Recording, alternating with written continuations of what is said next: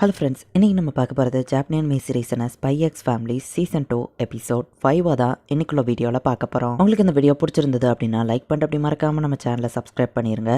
இந்த எபிசோட்லேருந்து story line சும்மா வேறு லெவலில் போகும் அண்ட் நிறைய டீட்டெயில்ஸ் இருக்கிறதுனால என்னால் முடிஞ்ச லெவலுக்கு தெளிவாக எக்ஸ்பிளைன் பண்ணுறேன். சில விஷயங்களை பார்த்தே புரிஞ்சுக்கோங்க. சரி வாங்க நம்ம வளவலன்னு பேசாமல் இன்னைக்குள்ள கதைக்குள்ளே போகலாம். இன்றைக்கி நம்ம பார்க்க போகிறது spy X Family season 2 episode 5.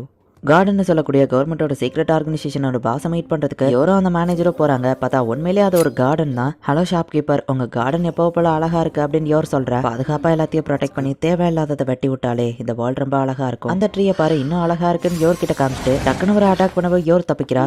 என்ன மன்னிச்சிரு, கல்யாண வாழ்க்கை ஒன்று சாஃப்ட் பண்ணிருக்குமோன்னு நினைச்சேன். ஸ்கில் இன்னும் அப்படியே தான் இருக்கு அப்படின்னு ஷாப் கீப்பர் சொல்லவோ, சரி எந்த கெட்டவனை நான் கொல்லணும் அப்படின்னு சொல்லி யோர் கேட்கறா. ஆக்சுவலி உன்னோட மிஷன் இந்த தடவை ப்ரொடெக்ட் பண்ண வேண்டியதுதான் அப்படின்னு அந்த ஷாப் கீப்பர் சொல்றான். ரெச்சட் ஃபேமிலியை பத்தி உனக்கு தெரியுமா? மொத்த அண்டர் கிரவுண்ட் வேல்டியுமே அவங்க தான் கண்ட்ரோல்ல வச்சிருக்காங்க. அந்த பாஸோட ஃபேமிலியில எல்லாரும் இறந்து போய் பேலன்ஸ் இருக்கிறது அவர் ஒய்ஃபோ பையனோ மட்டும்தான். இப்போ புதுசா அந்த ஆர்கனைசேஷனுக்கு பாஸ் ஆனவன் இந்த குழந்தையவோ அந்த லேடியவோ கொல்லணும்னு நினைக்கிறேன். இவங்க தலைக்கு ஒரு வலை வச்சதுனால நிறைய அசாசின்ஸ் இவங்களை கொல்றதுக்கு வந்துட்டு இருக்காங்க. இந்த ரெச்சட் ஃபேமிலிக்கு நான் கடமைப்பட்டிருக்கேன்னு சொல்லலாம். ஸோ அவங்களை சேஃபா ஷிப் மூலியமா வேற ஒரு இடத்துக்கு நம்ம கொண்டு போறோம். ஷிப்ல போனாதான் எந்த அசாசனும் ஃபாலோ பண்ணி வர மாட்டாங்க, லொகேஷனும் வெளியே தெரியாது அப்படின்னு சொல்லுவோம். அப்ப நான் இவங்கள தான் ப்ரொடெக்ட் பண்ணணுமா அப்படின்னு யோர் பாக்குற. அசாசன் யாரையும் இவங்களை கொல்ல வராம இருந்தா நல்லதுதான், இருந்தாலும் ஒரு சேஃப்டிக்கு நீ அவங்க கூடவே இரு அப்படின்னு சொல்லவும். பட் 3 நாள் நான் அங்க இருக்கணும்னா நான் என் ஃபேமிலி கிட்ட என்னன்னு சொல்லி சமாளிக்கிறதுன்னு யோர் யோசிக்கவும். நீ ஒர்க் விஷயமா வெளியூர் போற மாதிரி உன்னோட மேனேஜர் அதை மெயின்டைன் பண்ணுவாரு. டவுன் பிரின்சஸ் நான் ஒன்னதான் நம்ப இருக்கேன்னு சொல்லவோ. கண்டிப்பா நான் மிஷனை சக்சஸ்ஃபுல்லா முடிப்பேன் அப்படின்னு யோர் சொல்றா. யோர் வீட்டுக்கு போகும்போது ட்ரெயின்ல யோரியா மீட் பண்றா. இன்னைக்கு சீக்கிரம் வேலை முடிஞ்சதா, அதான் சீக்கிரமா வீட்டுக்கு போறேன் அப்படின்னு யோரி சொல்றா. அப்ப நம்ம வீட்டுக்கு வா என்னவா சொல்லவோ. உண்மையாவா? பட் லாய்டு வீட்டில் தான் இருப்பான். இல்லை நான் வரல, எனக்கும் வேலை இருக்கு அப்படின்னு அவன் சொல்கிறான். ப்ராப்பராக சாப்பிட்றியா? எப்போதான் நீ லாய்டு கூட ஒன்று சேருவா அப்படின்னு யோர் கேட்கவும். நான் ப்ராப்பராக தான் சாப்பிட்றேன் அண்ட் லாய்டு கூட சேர்றது கண்டிப்பாக நடக்காது அப்படின்னு அவன் சொல்கிறான். சரி இன்னொரு நாள் பார்க்கலாம் அப்படின்னு சொல்லி யோரி இப்போ அவன் ஸ்டேஷனில் இறங்குறான். என்னதான் அவன் பாய் பாய் காட்டினாலும் ட்ரெயின் கொஞ்சம் தூரம் போனோடனே யோர் அப்படின்னு பின்னாடியே ஓடுறான். யோரி இப்பெல்லாம் ரொம்ப பொறுப்பாக வளர்ந்துட்டான். சின்ன வயசுல யோரிக்காக தான் இந்த அசாசின் வேலையவே ஆரம்பிச்சேன். பட் இன்னும் நான் எதுக்காக அதை பண்ணிட்டு இருக்கேன் அப்படின்னு யோரி யோசிக்கிறா. மால்ல பொருள் வாங்கின பில்ல காமிச்சு லக்ஸரியஸான போட்ல போறதுக்கான டிக்கெட்டை வின் பண்ணலாம் அப்படின்னு அங்க ஒரு கேம் நடத்திட்டு இருக்காங்க. அப்பா நான் இதுல கலந்துக்கணும், உங்க டிக்கெட்டை கொண்டாங்க அப்படின்னு ஆனியா கேட்கவோ. சரி நம்ம ஹீரோ கொடுக்குறான். லாஸ்ட் பிரைஸ் பிரஷ் தான் உங்களுக்கு கிடைச்சிருக்கு அப்படின்னு கொடுத்துட்டு, முட்டா பசங்க நீங்க எவ்வளவுதான் ட்ரை பண்ணாலும் உங்களால லக்ஸரியஸ் போட் டிக்கெட்டை வின் பண்ணவே முடியாது. ஏன்னா அவ தான் அதை வந்து எடுக்கணும்னு நம்ம வெயிட் பண்றான். அங்க ஜஸ்ட் ஸ்ட்ரேஞ்சர்ஸ் மாதிரி நடந்துக்கிட்டு நானும் அதை லாட்டரி டிக்கெட்டை எடுக்க போனா அவன் என்ன வின் பண்ண வச்சிருவான் அப்படின்னு லைன்ல அந்த ஆளோட வைஃப் நிக்கிறா. வின் பண்ணக்கூடிய சீட்டை நான் அடியில வச்சிருக்கேன், யாரும் அதை எடுக்க மாட்டாங்க அப்படின்னு அந்த ஆள் சிரிச்சிட்டு இருக்கான். ஆனியா இந்த மைண்ட் எல்லாம் ரீட் பண்ணிட்டு தானே போற சீக்கிரம் எடு அப்படின்னு அவன் நினைச்சா ஆனியா வின் பண்ற டிக்கெட்டை எடுக்கிறா.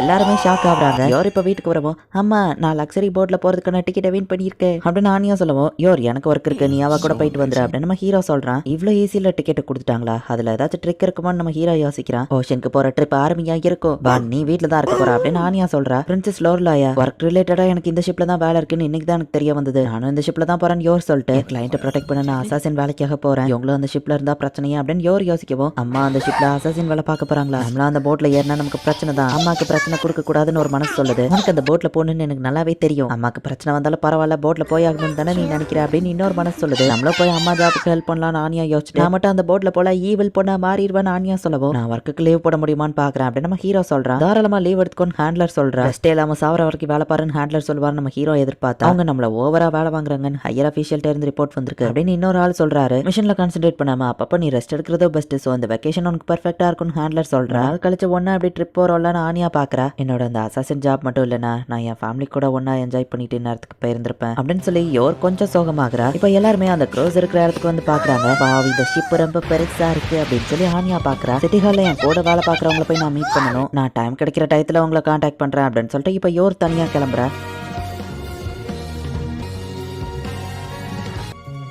சில அசாசின்ஸ் அந்த போட்ல ஏறத நமக்கு காமிக்கிறாங்க. போல் சர்க்கஸ் கேம் ரூம் அண்ட் பெரிய ஓஷன் இருக்கு அப்படின்னு சொல்லி ஆனியா ரொம்ப ஹாப்பியா இருக்கா. எல்லாமே லக்ஸரியஸா இருக்கு, நம்ம ரோமுக்கு போவோம் அதுவும் லக்ஸரியஸா இருக்கும் அப்படின்னு ஆனியா பார்த்தா நம்ம தப்பான வழியில வந்து ஷிப்போட ஜெயிலுக்கு வந்துட்டோம்னு நினைக்கிறேன். ஆனியா போகவோ இதுதான் நம்ம ரோம் அப்படின்னு நம்ம ஹீரோ சொல்றான். இது ஏன் அவ்வளவு குட்டியா இருக்குன்னு ஆனியா கேட்கறா. ஃப்ரீ டிக்கெட் கிடைச்சிருக்கு, சோ 3rd கிளாஸ் தான் நம்ம ஹீரோ சொல்றான். பங்கர் பெட் நான் தான் மேல படுப்பேன்னு ஆனியா சொல்றேன். அண்ட் யோர் வந்து 1st கிளாஸ் ரூம்ல தான் இருக்கா. என்னோட பேர் மேத்யூன்னு அந்த மேனேஜர் இன்ட்ரோடியூஸ் ஆகுறாரு. அவங்களையும் இன்ட்ரோடியூஸ் பண்றாரு. Harshal grey store developer and இது என் வைஃப் ஷாட்டி சாரிங்க பையனையோ கூட்டிட்டு வந்திருக்கோம்னு சொல்லவும் உங்க ஒய்ஃப்க்கு தேவையானதை மிஸ்ஸஸ் ஃபோர்ஜர் இருந்து பாத்துக்கிடுவாங்க அப்படின்னு மேனேஜர் சொல்றாரு. போட்டோல பார்த்ததுக்கு நேர்ல வித்தியாசமா தெரியுறாங்க, சர்ஜரி பண்ணி சேஞ்ச் பண்ணிருப்பாங்க போல அப்படின்னு யோர் பாக்குறா. சோ இந்த பொண்ணு தான் எங்க பாடி கார்டா அப்படின்னு சொல்லி அந்த லேடியோ பாக்குறா. நம்ம ஏன் ஷிப்பை சுத்தி பார்க்க கூடாது, மிஸ்ஸஸ் ஃபோர்ஜர் அவங்க கூட இருப்பாங்க அப்படின்னு மேனேஜர் எல்லாரையும் வெளியே கூட்டிட்டு போறாரு. நான் குழந்தைய தூங்கி வைக்கிறேன் அப்படின்னு ஷார்ட்டி சொல்றா. அந்த பாடி கார்டு பொண்ணை பார்த்தா ரொம்ப ஒல்லியா தெரியுறா, அவ ஒருத்தி போதுமா ப்ரொடெக்ட் பண்ண அப்படின்னு அந்த ஃபார்சல்ங்கிறவன் கேட்க ஒரு படையே வந்தாலும் அவ தனியா சமாளிச்சிருவா அப்படின்னு மேத்யூ சொல்றான். நிறைய அசசின்ஸ் அவளை கொள்ள வராங்கன்னு இன்ஃபர்மேஷன் கிடைச்சிருக்கு, தேவைப்பட்ட எல்லாரையும் கொன்று அப்படின்னு ஷாப் கீப்பர் சொல்லியிருப்பான். இந்த இடத்த மேனேஜர் செக் பண்ணிருப்பாரு, பட் இருந்தாலும் என் கண்ணால செக் பண்ணா எனக்கு ஒரு நிம்மதி அப்படின்னு யோர் பார்த்துட்டு இருக்கோம். அப்படின்னா உண்மையிலே நீ அவங்கள ஒருத்தி தான் இல்ல அப்படின்னு ஷேட்டி கேட்கிறா. யார்ல ஒருத்தி அப்படின்னு யோர் யோசிச்சுட்டு இங்கதான் மிஸ் ஓகாவான்னு கேட்கவும்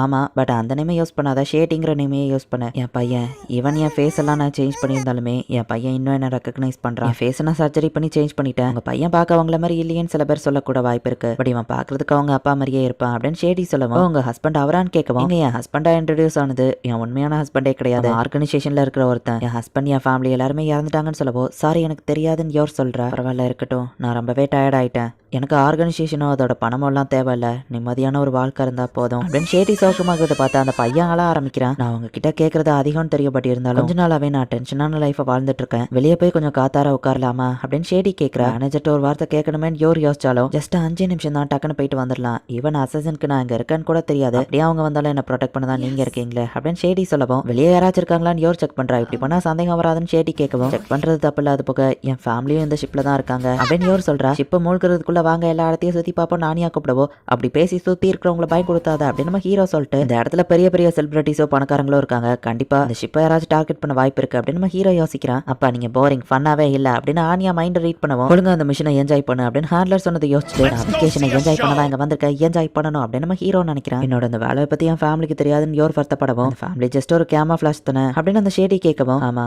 என் சர்ஜன் ஜாபை பத்தி யாருக்கும் சந்தேகம் வரக்கூடாதுன்னு அது ஒரு ஃபேக் ஃபேமிலி தான் அப்படின்னு யோர் கொஞ்சம் சோகமாகறா. அந்த பையன் ஆள போகவும் நம்ம வெளியே போலான்னு யோர் சொல்றா. கொஞ்சம் வெயிட் பண்ணி இது உனக்கு கரெக்டா இருக்கும் அப்படின்னு அவங்க ஒரு ட்ரெஸ்ஸை கொடுக்குறாங்க. உங்களோட இந்த ட்ரெஸ்ஸை ஏன்ட்ட கொடுத்துருக்கீங்களே ஓகே தானான்னு யோர் கேட்கறா. ஃபேமிலிக்கு ஒன்றும் இதுல ஈஸியா அடையலாம் தெரியாது, அவங்க லோவர் டெக்ல தானே இருக்காங்க, நம்ம காமன் ஏரியாவுக்கு போகாத லெவலுக்கு பிரச்சனை இல்லை அப்படின்னு ஷேடி சொல்லிட்டு கொஞ்சம் ரிலாக்ஸ் பண்றா. நிறைய விஷயங்களை நான் இழந்துட்டேன், நிறைய விஷயங்களை நான் விட்டுட்டு தான் இந்த இடத்துக்கு இன்னைக்கு வந்திருக்கேன் அப்படின்னு சொல்லி ஷேடி சொல்லிட்டு சரி நம்ம ரூமுக்கு போகலாம் அப்படின்னு சொல்லி கிளம்பவும் ஷேடி கண்டிப்பா என்ன ஆனாலும் சரி நான் அவங்களை ப்ரொடெக்ட் பண்ணுவேன், 2 பேருக்கு எதுவும் ஆக விட மாட்டேன் அப்படின்னு யோர் சொல்லவும் பண்ணுவேன் அப்படின்னு அந்த பையன் சொல்றான். ஆமா குட்டி பையா என் பெஸ்ட்டை பண்ணுவேன் அப்படின்னு யோர் சொல்லவும் கிராம்ஸ் இவனோட பேரு கிராம்ஸ், எங்க அப்பாவோட பேர் தான் அது, இவனோட உண்மையான பேரு அப்படின்னு சொல்லவும் ஹாய் கிராம்ஸ் அப்படின்னு சொல்லி யோர் சொல்றா. இவங்க உட்கார்ந்திருந்த இடத்துல ஒரு பக் இருக்கு, அங்க மட்டும் இல்ல அந்த ஷிப்ல நிறைய இடத்துல பக் வச்சு யாரோ ஒட்டு கேட்டுட்டு இருக்காங்க. ஒரு ரூம்ல ஒருத்தனை காமிக்கிறாங்க, ஷிப்ல எல்லாரும் பேசுற எல்லாத்தையும் அவன் கேட்டுட்டு இருக்கான். கிராம்ஸ் அப்படின்னு ஒரு வார்த்தை கேட்கவும் டக்குன்னு அந்த சேனல்ல இருக்கிற பக் மூலியமா அவன் கேட்கறான் கிராம்ஸ் அதுதான் இவன் பேரு, எங்க அப்பாவோட பேரை வச்சிருக்கேன்னு ஷேட்டி சொல்லவோ ஹலோ கிராம்ஸ் அப்படின்னு யோர் சொன்னது கேக்குது. ஷேட்டி வாங்க ரூமுக்கு போலான்னு சொல்லவும் ஷேட்டி